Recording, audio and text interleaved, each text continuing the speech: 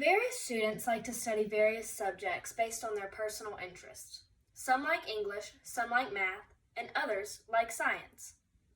The teachers of these subjects can also greatly affect a student's overall view of the subject. However, everyone at school can agree that students love their easygoing teachers like Rebecca Mayeaux. She is one of the most intelligent, talented, and fun teachers at Menard.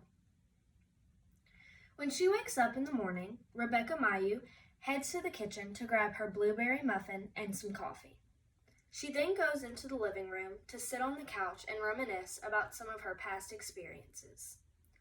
Some of her favorite, most influential memories include going on her first date to an Ash football game with Trent Dozot when she was 13, and thinking about how much her daughter has highlighted the important things in life. She thinks about her past teachers, Miss Sibley, her awful, horrible, terrible 7th grade English honors teacher who had a chip on her shoulder and made the entire class awkward when she was on her personal soapbox. Mr. Fryer, her religion teacher, who introduced her to many new ways to think about spirituality and judging and accepting others. During the day, she teaches at Menard, and a lot of judgment comes with being an art teacher. She often feels stereotyped as a drug-abusing, tattoo-addicted art teacher that everyone expects, but she knows that she has judged people before based on her own stereotypes against them, and these judgments make her more aware to life. When she feels these judgments, she tries to be less quick to judge others. She also hangs out with her best friend, Caroline Reno, whom she met in pre-K, when Caroline gave her a Snow White doll. If Miss Mayeaux sees the Salvation Army bell ringer at Christmas, she will always give them money and wishes she had thousands of dollars to give to the Manna House or St. Jude's.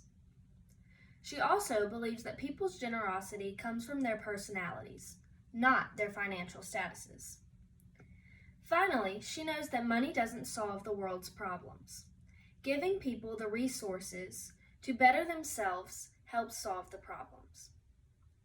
After school, Miss Mayeaux goes home to cook dinner or order BJ's Pizza, which she rarely does.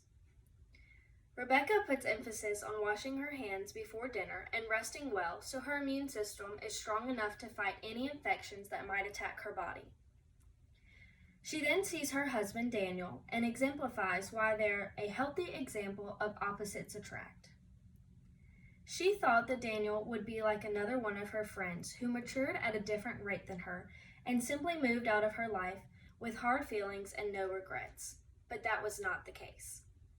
Miss Mayeaux's marriage works because of mutual respect, honesty, and communication, as all relationships should. Finally, at night, Miss Mayeaux lies in bed thinking about past traumas and her PTSD. The event that happened when she was 15 literally changed her brain, and she has to deal with coping mechanisms. Other times, she thinks about her changing life. She is a woman who likes to live in the current period, but does wish she lived in Canada or France, or at least somewhere with cooler weather and no humidity. Sometimes her nightmares keep her up, but she realizes that they are nonsensical and goes back to sleep to dream about being a tiny, quiet field mouse. Rebecca Mayeaux is a role model to me for being such a strong woman and upholding her family and beliefs above all other things. She is true to herself, and I am eternally grateful for having such a strong female in my life. Thank you, Miss Mayeaux.